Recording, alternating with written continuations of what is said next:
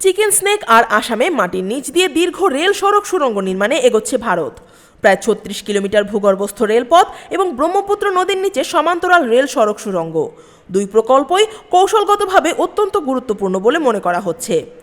কিন্তু কেন হঠাৎ এই ভূগর্ভস্থ পথের দিকে এগোচ্ছে নয়াদিল্লি? শুধু কি উন্নয়ন, নাকি এর পেছনে রয়েছে বড় কোনো নিরাপত্তা হিসাব? ভারতের উত্তর পূর্বাঞ্চলের সঙ্গে মূল ভূখণ্ডকে সংযুক্ত করা চিকেন স্নেক বা শিলিগুড়ি করিডোর এক অত্যন্ত সংবেদনশীল অঞ্চল। মাত্র ২০ থেকে ২২ কিলোমিটার চওড়া এই ভূখণ্ডের পাশেই রয়েছে বাংলাদেশ, নেপাল ও ভুটান, উত্তরে চীনের সীমান্ত।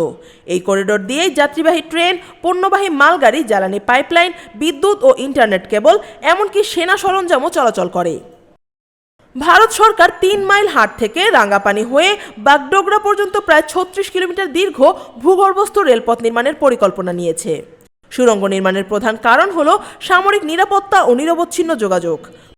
মাটির নিচে মোটা কংক্রিটের সুড়ঙ্গ থাকায় ক্ষেপণাস্ত্র হামলা বা প্রাকৃতিক দুর্যোগেও রেল যোগাযোগ বিচ্ছিন্ন হবে না। এছাড়া বাগডোগরা ও তেজপুরে গুরুত্বপূর্ণ বিমান ঘাটের সঙ্গে দ্রুত যোগাযোগও নিশ্চিত হবে। আসামে ব্রহ্মপুত্র নদীর নিচ দিয়ে প্রায় ১৬ কিলোমিটার দীর্ঘ সমান্তরাল রেল সড়ক সুড়ঙ্গ তৈরি হবে। এটি গোহপুর ও নুমালীগড়কে সংযুক্ত করবে এবং বর্তমানে ৬ ঘন্টার দূরত্ব কমিয়ে দেবে। এখানে ট্রেন ও গাড়ি উভয়ই চলাচল করবে।